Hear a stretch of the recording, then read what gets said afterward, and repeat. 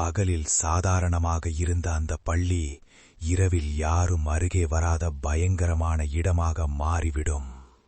அந்த பள்ளியில் இருந்த பழைய மணியைப் பற்றி கிராமத்தில் ஒரு விசித்திரமான கதை இருந்தது.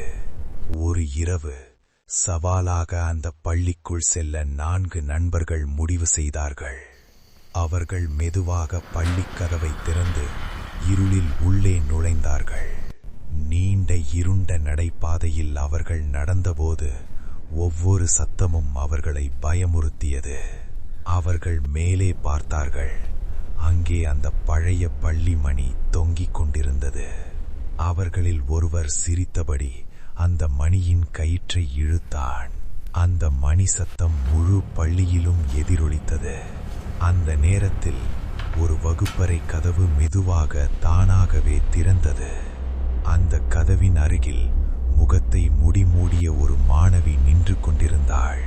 அதை பார்த்த 4 பேரும் பயத்தில் உறைந்து போனார்கள். அடுத்த நொடியில் அவர்கள் உயிர் காக்க ஓட ஆரம்பித்தார்கள்.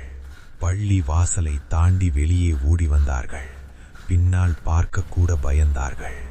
அடுத்த நாள் காலை ஒரு பயங்கரமான உண்மை தெரிய வந்தது. அந்த 4 பேரில் ஒருவன் மட்டும் காணாமல் போயிருந்தான். அப்போது அந்த பள்ளியின் வயதான காவலாளர் அவர்களிடம் வந்தார். அவர் மெதுவாக சொன்னார், அந்த மணியை இரவில் அடிக்க கூடாது. அதற்கு பின்னால் ஒரு பயங்கரமான கதை இருக்கிறது. பல வருடங்களுக்கு முன்பு அதே பள்ளியில் ஒரு மாணவி உயிரிழந்தாள். அதன் பிறகு அந்த மணி ஒலிக்கும் ஒவ்வொரு இரவிலும் அவள் மீண்டும் அந்த பள்ளியில் தோன்றுகிறாள்.